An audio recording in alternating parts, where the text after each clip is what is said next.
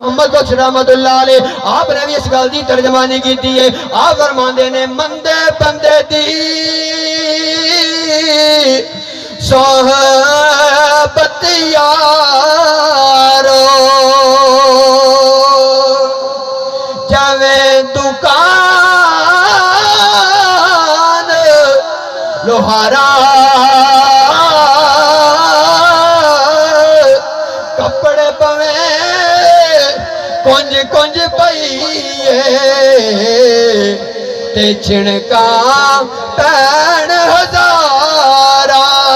اگے چنگے بندے دی دادے نے فرمایا چنگے بندے دی صحبت یارو جویں دکان اتارا او سودا لئیے نہ لئیے بھلے اور ہزارا۔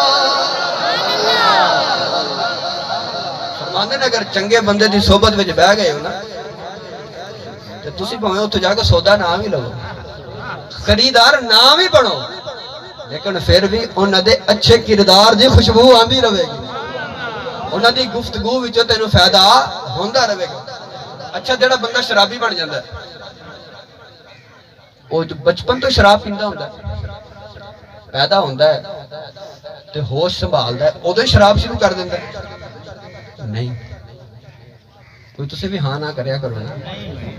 نہیں، جیڑا بندہ قاتل ہے قتل کردا اوندا شروع تے دل اتنا مضبوط سی کہ وہ اپنے ہاتھ دے نال ایک مسلمان نو قتل کر دے۔ یہ تے وہی بچہ سی نا جڑا مرغی ذبح ہوندی ویکھ کے رون لگ جاندا سی۔ توجہ ہے؟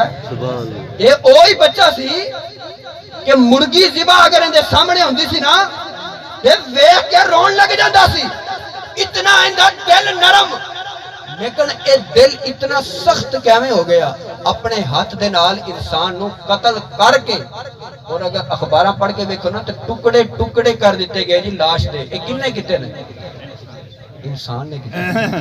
اے سارا عمل انسان دے اندر داخل کیویں ہویا؟ نرم طبیعت سی سخت طبیعت کیویں بن گئی؟ اے تے او بچہ سی جڑا ماں تو بغیر رہندا نہیں سی، وہی بچہ ماں نو گالی کیویں دین لگ گیا؟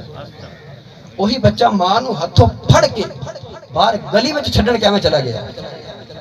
حضرات محترم، کس طرح تبدیلی آئی ہے؟ تبدیلی آئی ہے بری صحبت میں۔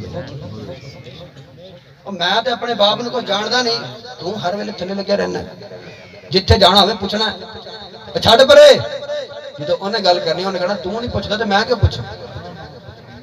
کہندا یار لا لا سوٹا کچھ نہیں ہوندا، ایک باری سوٹا لا کے دے۔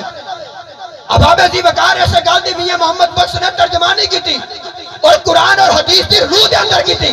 فرمایا اگر برا بننا چاہنا ہوئے پھر بری مجلس کے اندر گا، پھر برا ہو جائے گا۔